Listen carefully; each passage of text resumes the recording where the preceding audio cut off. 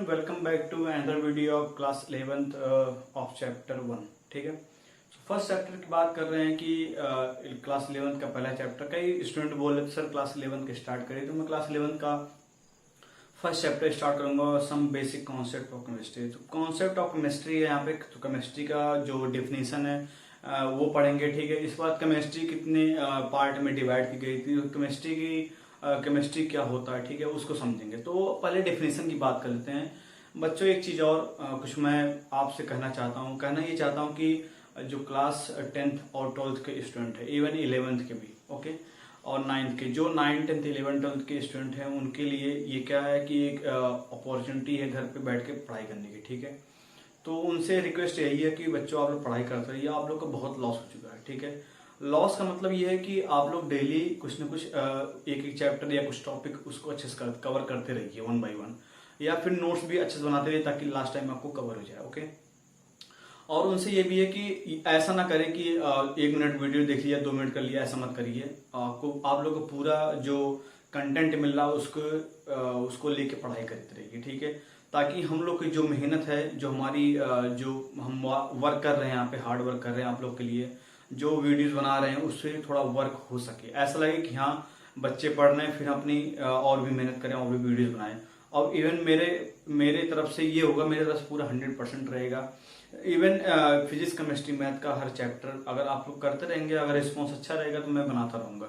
आप लोग का रिस्पॉन्स मिला जुला के अच्छा नहीं आ रहा है, ठीक है, तो रिक्वेस्ट है आप लोगों से अच्छा रिस्पॉन्स करते रहिए, इग्नोर मत करिए वीडियोस। ओके, और लेक्चर भी जितना हो सके, मैं नहीं बोल रहा कि मेरा देखिए ना, थोड़ा बहुत कर लीजिए जो भी स्टूडेंट हैं, और भी वीडियो लेक्चर जहां हो सके आप लोग करते रहिए। ठीक है, इससे क्या होगा, आपके जो जो नोट्स हैं और टॉपिक्स है वो क्लियर होते रहेंगे। ठीक है, और लास्ट टाइम स्कूल्स में क्या होगा, वो जो रिवीजन हो जाएगा। ठीक है, अभी लॉकडाउन चल रहा, देख ही रहे आप लोग की इतनी प्रॉब्लम्स आ रही हैं। ठीक है, तो ये भी लंबा जाएगा। ठीक है, लॉकडाउन बढ़ेगा और ये बढ़ना ही चाहिए। ठीक है, क्योंकि अभी जो कोरोना पेशेंट है वो बढ़ ही रहे हैं। ठीक है, उनका तो चलिए ज़्यादा आपका समय नहीं लूंगा, स्टार्ट करते हैं क्लास 11th का। और बच्चों एक चीज़ की, क्लास 11th का है नाम केवल, ठीक है, 9th वाले भी इसे देख के नोट कर सकते हैं। ठीक है, तो चलिए बात करते हैं व्हाट इज केमिस्ट्री। केमिस्ट्री क्या होती है? Chemistry is a branch of science which deals about the composition structure of atoms. ठीक है, मैटर के बारे में बताता है। तो मैंने लिख दिया it is a branch of science which deals या study with the composition structure and properties of matter. ना मैटर की प्रॉपर्टीज के बारे में पढ़ेंगे, जैसे मैटर की प्रॉपर्टीज क्या क्या होती हैं। ठीक है, बॉइलिंग पॉइंट, मेल्टिंग पॉइंट, ये सब बारे में पढ़ते रहते हैं। ठीक है, केमिस्ट्री में अब देखता भी आपने देखा भी है कि दो टाइप की प्रॉपर्टीज होती है मैटर की ना। मैटर मतलब क्या, मैटर के 3 पार्ट होते हैं, सॉलिड, लिक्विड, गैस। ओके, आप अलग अलग पढ़ेंगे ना, solid state, liquid state, gas state अलग पढ़ेंगे। अभी चैप्टर आपको मिलेगा, जो क्लास 11th बच्चे गए हैं उनको अभी लगेगा कि अब असली पढ़ाई यही स्टार्ट होगी क्लास 11th की, 11th 12th। जो अच्छे से 2 आपका क्लासेस पढ़ लिए ना, वो समझो हो गया उसका काम। ठीक है, महासागर है ये। ओके, तो अच्छे से आप लोग करते रहिएगा, पहले बेसिक समझिएगा तब इंटर करिएगा। अगर बेसिक नहीं समझा आपने, इंटर करके डायरेक्ट आप जंप कर गए ना कंपटीशन लेवल में, तो जान लीजिए कि आपको केवल रट्टा मार रहे हो आप लोग। ओके, तो पहले समझिए फिर आप करिए। ठीक है, तो समझाता हूँ यहाँ पे कि केमिस्ट्री क्या होती है। ठीक है, मैटर क्या होते हैं, सॉलिड, लिक्विड, गैस। ओके, उनकी प्रॉपर्टीज क्या होती हैं? प्रॉपर्टीज 2 टाइप की होती है ना, बताऊंगा आगे मैं। एक होती है केमिकल प्रॉपर्टीज, एक होती है फिजिकल प्रॉपर्टीज। ओके, तो चलिए यहाँ पे कंपोजिशन मतलब क्या होता है कि अमाउंट, मात्रा कितनी है। ठीक है, कितना प्रेजेंट है उसमें, अमाउंट। ठीक है, उसकी बात करेंगे। फिर यहाँ पे कुछ न्यूमेरिकल मिलेंगे आप लोग को। ठीक है, अभी 10th मिला नहीं होगा, लेकिन यहाँ पे न्यूमेरिकल मिलेगा आप लोग को।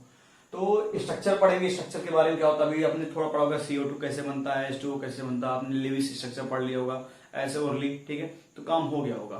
ओके, लेकिन यहाँ पे आप लोग अच्छे से पढ़ेंगे डीप। यहाँ पे एक चैप्टर मिलेगा अलग से, स्ट्रक्चर ऑफ एटम्स। ठीक है, वहां आपको पढ़ना पड़ेगा अच्छे से।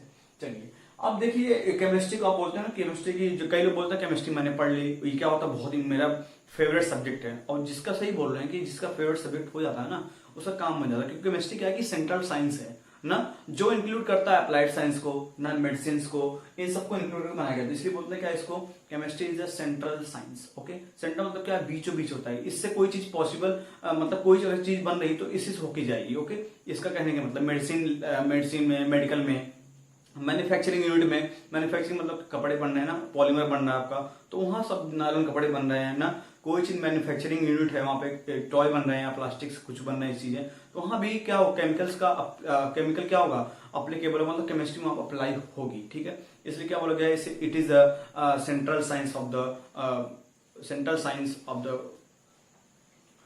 ठीक है, सेंट्रल साइंस होती है। ओके, समझ रहिए। चलिए यहाँ बात करते हैं, chemistry is often called central science because of its role in connecting the physical science. Physical मतलब कि जो चीज कनेक्ट हो दूसरे से physically, which include chemistry, life science. देखिए फिजिकली यही है, chemistry, life science, applied science, such as medicine and engineering, ठीक है, इन सबको इंक्लूड कर बनाया गया होगा, उसी बोलते हैं क्या हम लोग, उसी बोलते हैं सेंट्रल साइंस। सेंट्रल साइंस क्या है, कौन कर रहा है, केमिस्ट्री, ठीक है।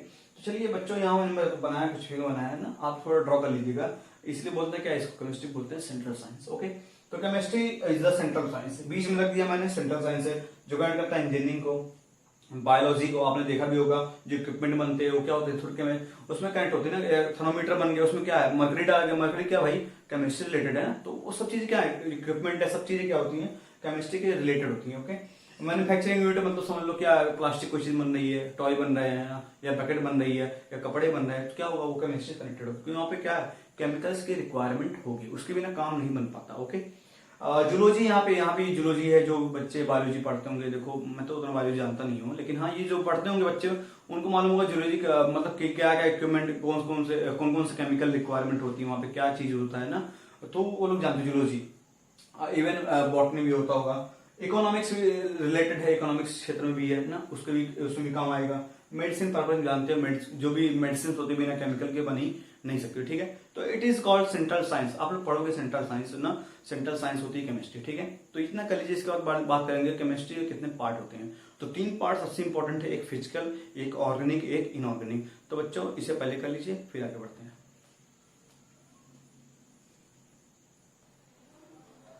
सो स्टूडेंट, ये देखते हैं कि ब्रांच ऑफ केमिस्ट्री, तो how many types of branch of chemistry, there is mainly we will study in 3 types. Okay, organic, inorganic and physical. Physical is a part of numerical base of chemistry. Okay, इसमें क्या होगा, numerical जैसे mole concept, chemical kinetics हो गया।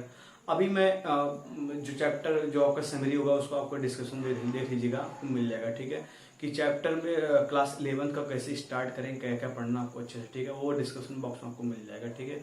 तो मैं डालूंगा chapter wise कैसे क्या क्या पढ़ना, क्या क्या इसमें है, तो चैप्टर में यहाँ पर राइट कर दूंगा किसमें क्या इंपॉर्टेंट है, ठीक है। तो फिजिकल केमिस्ट्री क्या है कि इंपॉर्टेंट पार्ट है। ऑर्गेनिक केमिस्ट्री क्या है बच्चों, ऑर्गेनिक कंपाउंड उससे बोलते हैं जिसमें क्या हो, कार्बन और हाइड्रोजन का कंपोजिशन हो, जिसे बोलते हैं हाइड्रोकार्बन्स भी, ठीक है। और उनके डेरिवेटिव मतलब कार्बन हाइड्रोजन हो, उसके डेरिवेटिव भी, मतलब जैसे टॉलुइन हो गया, मेथिल क्लोराइड हो गया, एथिल क्लोराइड हो गया, इन सब के बारे में आप लोग पढ़ेंगे अच्छे से, ठीक है। तो वो क्लास 11 में मेनली 2 चैप्टर ऑर्गेनिक केमिस्ट्री का है, अच्छे से उसको स्टडी करना, ठीक है। तो ऑर्गेनिक केमिस्ट्री क्या, ऑर्गेनिक केमिस्ट्री वो है कि जो स्टडी करता है अबाउट द ऑर्गेनिक कंपाउंड्स, ठीक है। ऑर्गेनिक कंपाउंड्स क्या, वो हाइड्रोकार्बन, जिसमें क्या होता है, हाइड्रोकार्बन जिसमें हाइड्रोजन और कार्बन कोई कंपाउंड कंटेनिंग हो, ठीक है, उसे बोलते हैं। जैसे मीथेन हो गया, इथेन हो गया, इन सब के बारे में पढ़ेंगे। उनके डेरिवेटिव मतलब एक हाइड्रोजन निकल गया और उसके कोई ग्रुप आ गया, अटैच हो गया, ठीक है, वो क्या होंगे, डेरिवेटिव। तो यहाँ मैंने राइट किया है कि ऑर्गेनिक केमिस्ट्री, ठीक है, और एक क्या है इनऑर्गेनिक केमिस्ट्री, एक है फिजिकल, एक बायोकेमिस्ट्री, एक एनालिटिकल केमिस्ट्री। ओके, तो देर आर मतलब कि यहाँ पे बहुत सारे ब्रांच है, लेकिन 5 आपको पढ़ना है, जैसे 3 मेनली आपको ध्यान देना है, ठीक है। तो क्या क्या पढ़ना है इसमें, तो मैंने राइट किया यहाँ पे कि ऑर्गेनिक केमिस्ट्री का deal with the study of the carbon compound, specially hydrocarbon and their derivative ना। हाइड्रोकार्बन में बताया कि हाइड्रोकार्बन क्या होते हैं, तो जैसे मीथेन हो गया, इथेन हो गया ना, आप लोग राइट करिए नोट्स में, पॉज करके वीडियो। मेथिल क्लोराइड हो गया, CH3Cl, ठीक है, मेथिल एथिल क्लोराइड हो गया, टॉलिन हो गया ना, बहुत सारे कंपाउंड के नेम अभी बस राइट कर लीजिए आप लोग, होता क्या ऑर्गेनिक केमिस्ट्री। ओके, इससे क्या होगा, आपके बेसिस क्लियर हो जाएंगे ना। कोई बोलेगा ऑर्गेनिक केमिस्ट्री, आपके दिमाग में स्ट्राइक करेगा कि हम बात किस कर रहे हैं, कि ऐसे कंपाउंड की जो क्या हो, इसमें कार्बन हाइड्रोजन कंपोजिशन मतलब कार्बन कंटेनिंग, ठीक है, कंपाउंड हो। तो चलिए देखते हैं यहाँ पे नेक्स्ट इनऑर्गेनिक केमिस्ट्री। अब ऑर्गेनिक में क्या आ गया कि हाइड्रोकार्बन मतलब कार्बन और हाइड्रोजन कंटेनिंग कंपाउंड। इसमें क्या होगा कि कार्बन और हाइड्रोजन कंटेनिंग कंपाउंड को छोड़ के बाकी सबकी स्टडी करेंगे। ओके, मतलब यहाँ पे कार्बन एलिमेंट की छोड़ के बाकी सबकी स्टडी करते हैं। तो जैसे हो गया यहाँ पे H2SO4 HCl हो गया, कंपाउंड एक्सेप्ट कार्बन ना, कार्बन के अलावा, लेकिन और भी हो सकता है कार्बन हाइड्रोजन की ना, यहाँ कर लीजिए carbon all compound except carbon hydrogen, ठीक है। तो यहाँ पे कर लीजिएगा, तो या deal with the study of all other element except carbon, ठीक है, सबके बारे में स्टडी करेगा except carbon, and study of minerals found in earth crust ना, जो मिनरल्स फाउंड किए जाते हैं अर्थ क्रस्ट में, जैसे हो गया HCl हो गया ना, जनरली आपको मिलता है। तो ये सब क्या मिल जाता है, HCl जनरली HCl हो गया, H2SO4, ये सब बनाए भी जाते हैं, फैक्टरीज। तो अब इनकी कैसे बनता है, क्या कंपोजिशन है, इन सब के बारे में पढ़ते हैं, ठीक है, इन ऑर्गेनिक केमिस्ट्री। बस राइट कर लीजिए, ठीक है। तो यहाँ पे ध्यान रखिएगा, इसमें ऑर्गेनिक कंपाउंड की स्टडी नहीं करते हैं, ठीक है। फिजिकल केमिस्ट्री क्या हो गया? फिजिकल केमिस्ट्री में क्या मैंने बताया कि यहाँ पे क्या होगा कि किसी जो क्वांटिटेटिव एनालिसिस, मतलब कितनी क्वांटिटी है उसके बारे में पढ़ते हैं ना। तो किसी सबस्टेंस की कितनी क्वांटिटी है, यहाँ पे न्यूमेरिकल बेस आपको मिलेगा। तो ये इंपॉर्टेंट पार्ट है जो पढ़ रहे हैं, जो कॉम्पिटेटिव एग्जाम में जा रहे हैं उनके लिए। जैसे मोल कॉन्सेप्ट हो गया, केमिकल काइनेटिक्स हो गया, इलेक्ट्रोकेमिस्ट्री हो गया, सोल्यूशन चैप्टर हो गया जो मिलेगा क्लास 12th में, ठीक है। तो ये सब आपको पढ़ना पड़ेगा। अब इसमें आपको 11th में कई चैप्टर्स ऐसे जो न्यूमेरिकल बेस्ड हैं, तो वहां पे आपको फिजिकल केमिस्ट्री का पार्ट कहलाएगा, ओके। तो फिजिकल प्रॉपर्टी जो करना पड़ता है study, end of substance depends on, जिसकी जो कोई सबस्टेंस फिजिकल प्रॉपर्टी डिपेंड करता है, मतलब जैसे मास हो गया, वॉल्यूम हो गया, ठीक है। These are the physical properties किसी सबस्टेंस की, and influence their chemical properties, उनकी केमिकल प्रॉपर्टीज को भी इफेक्ट करेगा, तभी केमिकल केमिस्ट्री कहलाएगा। ये प्रॉपर्टीज एंड रिएक्शन, रिएक्शन के बारे में अभी जो केमिस्ट्री की बात हुई, रिएक्शन के बारे में पढ़ना पड़ता है। रिएक्शन में कौन कौन से कंपाउंड पार्टिसिपेट कर रहे हैं, कौन सा नहीं कर रहे हैं, कौन से एलिमेंट कंज्यूम हो रहे हैं, कौन सा नहीं हो रहे, तो उनके बारे में पढ़ेंगे। तो पहले चैप्टर आपको मिल जाएगा आपको, ठीक है, आप लोग को। तो इसमें क्या है, इसको बोलते हैं क्वांटिटेटिव एनालिसिस ऑफ कंपाउंड या एलिमेंट या मॉलिक्यूल्स, ठीक है, कि उनकी क्वांटिटी कितनी है, ठीक है, कितना पार्टिसिपेट है, कितना नहीं है, उनको हम लोग कैलकुलेट करते हैं, ठीक है। तो केमिकल रिएक्शन आएगा और बाकी सब मोल कॉन्सेप्ट आएंगे। मोल कॉन्सेप्ट बहुत बड़ा पार्ट है, ठीक है, जो कि फिजिकल केमिस्ट्री का सबसे बेस है, ठीक है। तो उसको अच्छे से समझेंगे हम लोग आगे। अब बायोकेमिस्ट्री क्या है कि लाइफ साइंस को कनेक्ट करता है, कंपोनेंट स्टडी करता है कि सेल के कंपोनेंट को, ठीक है। तो मैंने यहाँ पर ऐड कर दिया, बस आप समझ लीजिएगा। Deal with the structure and behaviour of component of cell and chemical process in living being, है ना, कि केमिकल प्रोसेस लिविंग बीइंग कैसे कैसे होता है, उनकी सेल के कंपोनेंट की स्टडी करता है, ठीक है। तो आप बस राइट कर लेंगे बायोकेमिस्ट्री किसे कहते हैं, ठीक है। स्पेशल ब्रांच है इनकी। एक क्या होती है कि इनका जो पढ़ाई भी होती है, ठीक है, बैचलर टाइप की पढ़ाई भी होती है। तो अभी नहीं, बस आप लोग ध्यान रखिए बायोकेमिस्ट्री होती क्या। एनालिटिकल केमिस्ट्री क्या होती है कि सेपरेशन टेक्निक्स आइडेंटिफिकेशन के बारे में बात करती है कि कैसे किसी कंपाउंड किसको सेपरेट करेंगे, कैसे क्या करेंगे। तो वैरायटीज ऑफ टेक्निक्स जो बनाई गई हैं, तो इसको बस राइट कर लेंगे आप लोग अच्छे से कि उनकी क्वांटिटेटिव एनालिसिस पढ़ेंगे, क्वालिटेटिव एनालिसिस पढ़ेंगे, और कौन कौन सी टेक्निक अप्लीकेबल होती है उनको सेपरेट करने के लिए ना। तो इन सब चीजों के बारे में पढ़ेंगे। तो इसे राइट करिए, ब्रांच ऑफ केमिस्ट्री है, तो इसे राइट करिए, फिर आगे बढ़ते हैं।